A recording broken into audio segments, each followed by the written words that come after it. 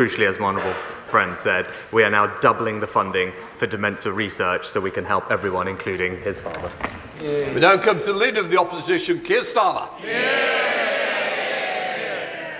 Can I send my best wishes to the honourable member and his father also, and all those suffering in this way? Mr. Speaker, I can't let today pass without saying how saddened I was by the tragic death of Bronson Battersby, aged just 2, who died in heartbreaking circumstances in Skegness. I know that this House will join me in sending our deepest sympathies to his family. Mr. Speaker, the government has been forced to admit that it has lost contact with 85% of the 5,000 people earmarked for removal to Rwanda. Has he found them yet? Prime Minister. Mr. Speaker, what I can tell the honourable gentleman is that in spite of him blocking every single attempt that we have taken, we have managed now, because of our actions, to reduce the number of people coming here by over a third last year, remove over 20,000 people from this country back to their home countries, carried out 70% more illegal enforcement raids, arrested hundreds of people, closed down thousands of bank accounts, and processed over 100,000 cases, the biggest number in over 20 years, Mr. Speaker. That's because on this side of the House, we want to stop the boats, we have a plan, it's working, and with him, we would just go back to square one. My first thought is, how do you actually lose 4,250 people? Then you remember that this is the government that scrapped HS2, but the costs are still rising by billions. This is the government that spent £400 million of taxpayers' money on a Rwanda scheme, yet can't deport a single person. And this is the government that waged a week-long war on the Greek Prime Minister for reasons known only to themselves, and suddenly are reminded that, of course, this farce of a government could lose the people it was planning to remove. But he didn't answer the question, so I'll ask him again. Where are the 4,250 people that the government has lost? Where are they? Mr. Speaker, as I said, we've actually identified and removed over 20,000 people from this country back to where they belong. But he asks these questions about the Rwanda scheme, Mr. Speaker. That it is important that we get this up and running, because it's important, as the National Crime Agency say, that we have a working deterrence to resolve this issue. That's indeed how Australia solved this problem, and that's how Albania has worked for us. But we know he asked these questions, Mr. Speaker, about the detail of these things, but we all know he doesn't actually care about solving this problem, and we know this because when the BBC asked him about the Rwanda plan, they quizzed him and they said, if the numbers crossing the channel on small boats decline, i.e. so it's working, would you still reverse it? The Labour leader said yes. It's crystal clear he doesn't have a plan, and it will be back to square one, Mr. Speaker, spending £400 million on a plan not to get anybody to Rwanda whilst losing 4,000 people is not a plan. It's a farce. Only this government could waste hundreds of millions of pounds on a removals policy that doesn't remove anyone. Only this government could claim that it's going to get flights off the ground only to discover they couldn't find a plane. Only this government could sign a removal deal with Rwanda, only to end up taking people from Rwanda to here. But he still hasn't answered the question. So I'll try again. What progress has he made in locating the 4,250 people his government has apparently lost? He's dodged it 3 times. Where are they? Mr. Speaker, it's the same thing again and again. Here we are talking about what we are doing, but I'm happy to go over it, Mr. Speaker. What are we doing? We've increased the number of illegal enforcement raids by 70%, leading to thousands of arrests, using powers, Mr. Speaker, that he blocked in this House. We have closed down thousands of bank accounts of illegal workers, again, using powers that he blocked, Mr. Speaker. Order. Mr.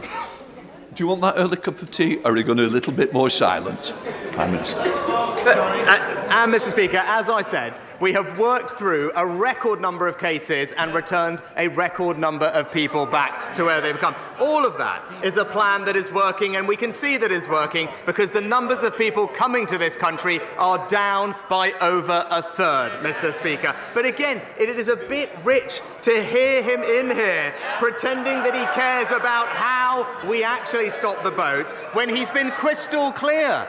He's been crystal clear and said that even if the plan is working to reduce the numbers, he would still scrap it, Mr. Speaker. It's because he has no values, no conviction and no plan, and is back to square one.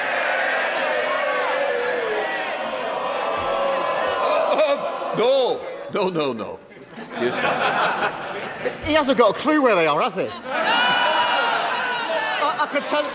I can tell you one place they aren't, and that's Rwanda.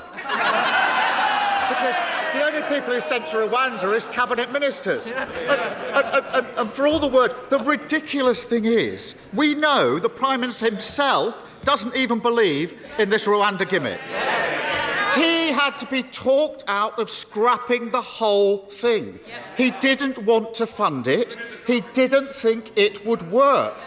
When he sees his party tearing itself apart, hundreds of bald men scrapping over a single broken comb, doesn't he wish he'd had the courage to stick to his guns? Well, Mr. Speaker, now, I have absolute conviction that the plan we've put in place will work.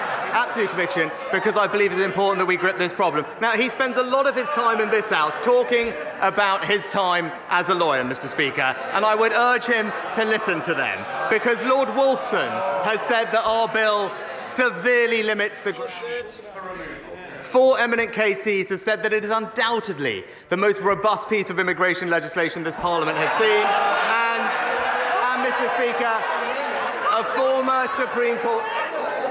I want to hear what the Prime Minister's got to say, because it matters to my constituents, those who feel it doesn't matter to those. Please leave, Prime Minister. As I said, Mr. Speaker, four eminent KCs said this is undoubtedly the most robust legislation passed, and a former Supreme Court Justice has been clear that the bill would work. But I know, Mr. Speaker, he's always been more interested in what lefty lawyers have to say, Mr. Speaker. I've even got here the textbook that he authored for them. And it's called, and I quote, European Human Rights Law by Keir Starmer. So... Prime Minister! Prime Minister, when I stand up, please sit down. Can I just say, we don't use props in this House, and I will certainly ensure that if you do need reminding, I certainly will. Keir Starmer. It's such utterly pathetic nonsense. He's been brutally exposed by his own MPs yet again. He's got one party chair who says she hopes the Lords will rip his Rwanda deal to pieces. He's got two more who had to quit because they don't think it'll work. All of them appointed by him, all now in open revolt against his policy, each other, and reality. Is there any wonder they all think this gimmick is doomed to failure when the Prime Minister himself doesn't believe in it?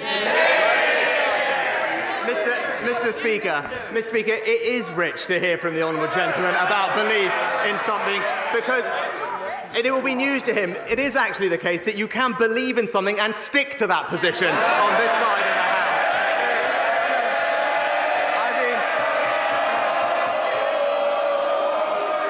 I will say to this side.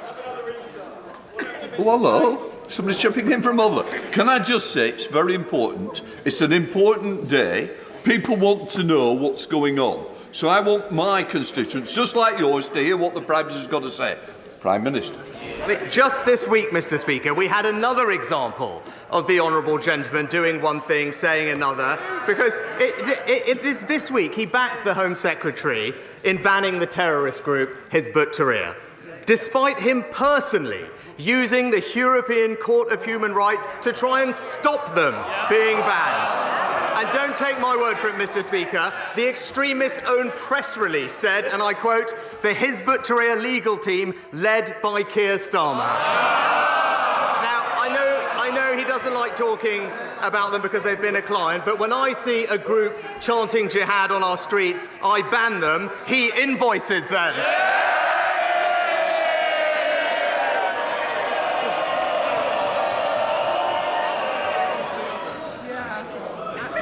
Because there's 8 questions that I think some of you may want. Well, I'll tell you what, there's some's already gone off the list who wanted them. Keir Starmer. Mr. Speaker, if he stuck to his position, he'd be voting with us. His former Home Secretary says the plan won't work. His current Home Secretary calls it batshit. His former Immigration Minister doesn't back his plan. Even the Prime Minister himself doesn't believe in it.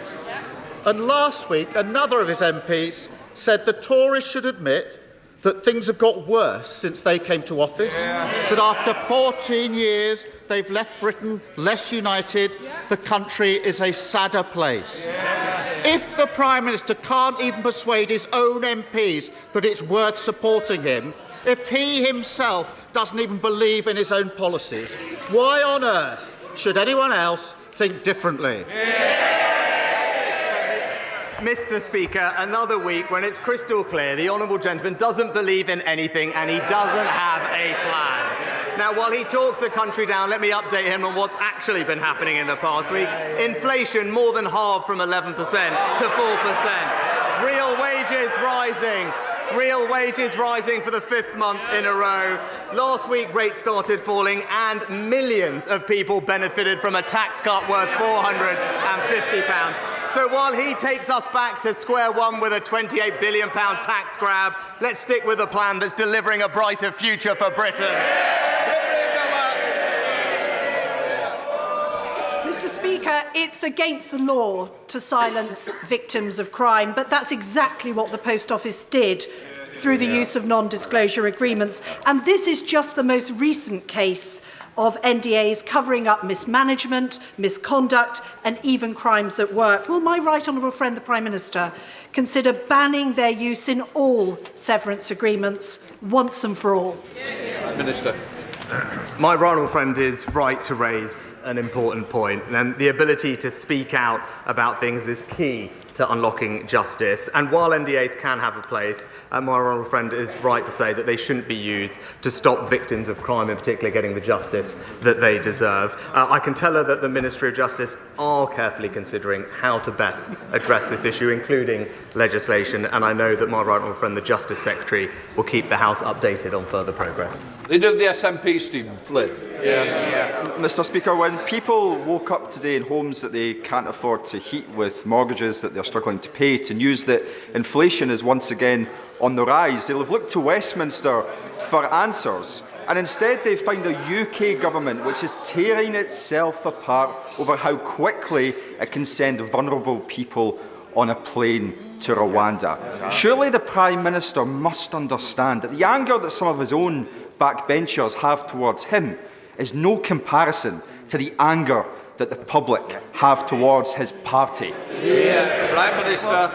Mr. Speaker, if the honourable gentleman did care about supporting working families to pay their bills, to pay their mortgage, why on earth is the SNP making Scotland the highest tax part of the United Kingdom, where the average, Mr. Speaker, not the wealthiest, where the average worker in Scotland is now paying more tax than they do in England? Stephen Flynn.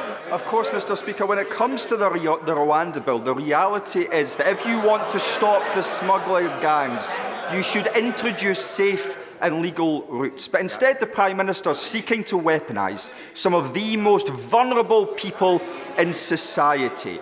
It is straight out of the cruel and callous right-wing extremist playgroup. His time in office is fast approaching its conclusion. Does he seriously want this to be his legacy? Prime Minister. Well, Mr. Speaker, as I said, it is important that we stop the boats because illegal migration is simply not fair, Mr. Speaker. It's not right that some people jump the queue, that they take away our resources to help those who are the most compassionate, that need our most help, and, by the way, Mr. Speaker, are exploited by gangs, and many of them lose their lives making these dangerous crossings. So I completely disagree with the honourable gentleman. The fair and the compassionate thing to do is to break these criminal gangs, and that's why we're going to stop the boats. Thank you, Mr. Speaker. Unexpectedly, 5 months ago, I had a heart attack. And thanks to the swift action of the NHS emergency services, it was caught early. So one stent operation later, I was on a swift path to rehabilitation and recovery, and sat here today, fighting fit and a bit lighter too. So along with encouraging everyone to visit the British Heart Foundation website to understand the early warning signs and get fantastic resources to help them, would the Prime Minister also join me in personally thanking everyone who helped to save my life and help me recover, including the East of England Ambulance Service, the teams at Watford General and Harefield Hospital, the cardiac rehabilitation teams, and everyone who supported me, especially my family and my team, some of whom are in the gallery today, who helped ensure that I continue to deliver for the great people of Watford. I thank my honourable friend for sharing his story, and I know the whole House will be delighted to hear that he's made a swift recovery. We all wish him good health for the future as he resumes his excellent campaigning on behalf of his constituents in Watford. And I also join him in thanking our fantastic NHS staff for the life-saving work that they do up and down the country. We're backing them with record resources, from our doctors to our ambulance service. We are all in this House truly grateful for what they do. Caroline Lucas. Thank you very much, Mr. Speaker. Until the UK government calls for an immediate ceasefire, it is complicit in the horrors in Gaza. Not my words, but those of the head of Oxfam, who, like every single agency trying to operate on the ground, is clear that aid can't be effectively delivered while fighting continues. More UK aid is, of course, welcome, but even when it does get through, it can result in what one Palestinian aid worker calls bombing us on full stomachs. 24,000 people have already been killed. So can he tell us what will it take for him to back a permanent bilateral ceasefire? Mr. Speaker, of course, we want to see a peaceful resolution to this conflict as soon as possible. A sustainable, permanent ceasefire with an end to the destruction, fighting and loss of life, release of hostages and no resumption of hostilities would of course be the best way forward. But in order to achieve that, a number of things need to happen. Hamas would have to agree to release all the hostages. Hamas would no longer have to be in charge of Gaza, and the threat of more rocket attacks from Hamas into Israel would have to end. And the Palestinian Authority, boosted with assistance, would need to return to Gaza in order to provide governance and aid. That is the sustainable ceasefire that we will work very hard to bring about. Nick Fletcher. Thank you, Mr. Speaker. Mr. Speaker, today I was unsure whether to raise a national issue, such as the desperate need for a Minister for Men, or a local issue, such as Doncaster's need for a new hospital or Edlington for a new leisure centre. But I thought the best thing I could do is ask the Prime Minister to come and have a tour of Doncaster. And while I'm showing him around my hometown, I can press the need for a Minister for Men, I can show him the site for a new hospital, and I can introduce him to the people of Edlington so he can discuss their new leisure centre. So will the Prime Minister accept my invitation? Well, thanks to my honourable friend's fantastic campaigning on behalf of his constituents. Doncaster City Council has received, I think, more than £80 million in levelling up funding to support its regeneration products. And most recently, Doncaster has been awarded £20 million in our long-term plan for towns over the next 10 years, which I know he is working very hard to make sure is prioritised for local people. I would be delighted to discuss those projects and his other ideas when I come and visit him as soon as my diary allows. Julie Elliott. Thank you, Mr. Speaker. 71% of requests for funding from the Community Ownership Fund aimed at saving libraries, pubs and village halls have been rejected since 2021. It pits communities against each other and does nothing to address the underlying causes that have led to the loss of these much-loved assets. When will the government offer more than a simple sticking plaster for our towns, high streets and communities? Prime Minister. Well, Mr. Speaker, I set up the Community Ownership Fund when I was Chancellor, and it is doing fantastic work, funding hundreds of projects across the country, including, I believe, one in the Honourable Lady's own constituency, the Back on the Map scheme. It is there to support local communities, take over assets, whether it's pubs, village halls or other community assets, and it's doing a fantastic job. It's right that there's a competitive process because we want to make sure that money is deployed in the areas where it can make the most difference.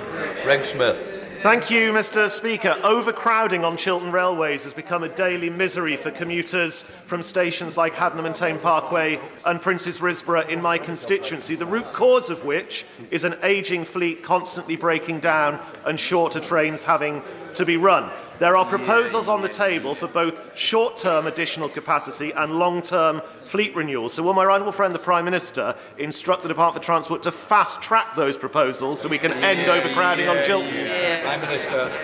And I agree with my honourable friend that the performance on Chiltern hasn't been good enough in recent times. I know that Chiltern have recently begun engagement with the rolling stock leasing market, which will help reduce overcrowding, but also together with DFT, they're looking at providing additional capacity at peak times. So I know my honourable friend, the Rail Minister, will ensure that these plans continue to progress and keep my honourable friend updated. Patrick Reddy. Thank you, Mr. Speaker. What exactly is it about the prospect of deportation to Rwanda that makes the government think it will be such a deterrent to asylum seekers? Does it think that life in Rwanda is somehow less comfortable, less secure, less safe than it is here in the United Kingdom? What does the government think is wrong with Rwanda that means asylum seekers won't want to live there?